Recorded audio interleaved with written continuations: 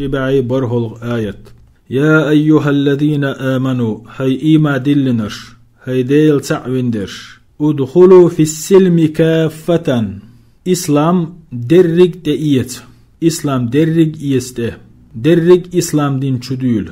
ولا تتبعوا خطوات الشيطان شيطان لرش خاء مليل إنه لكم عدو مبين بق الله إذا شو بالقلدلو مستغدو تفسير يا أيها الذين آمنوا بالله ربا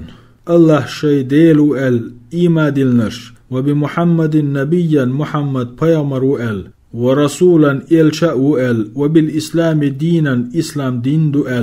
وذلك ين إيما دلندش ادخلوا في جميع شرائع الإسلام إسلاما درج شرعشنا تدول ادخلوا في جميع شرائع الإسلام إسلاما درج أحكام شدول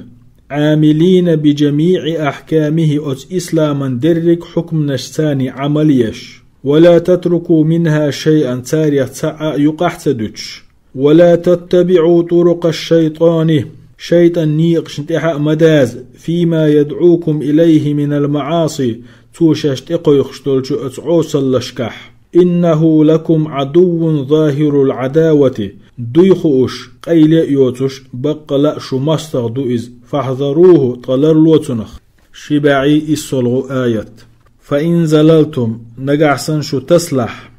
يعني أدريجينا شو صدوخش من بعد ما جاءتكم البينات شيغا بعل بلغلونش قاتن شلتح فاعلموا خالش أن الله عزيز حكيم الله نتقل حكمة ويلة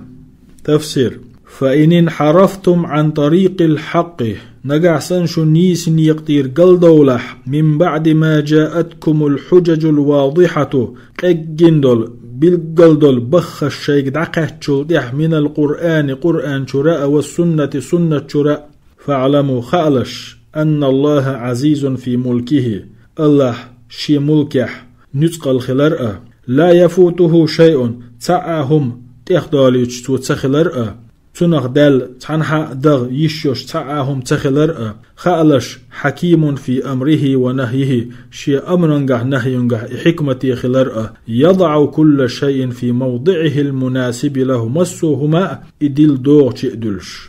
يعني شي أمرنجه نهينجه حكمة ووز مسوهما إدل دوغ تمتي دلش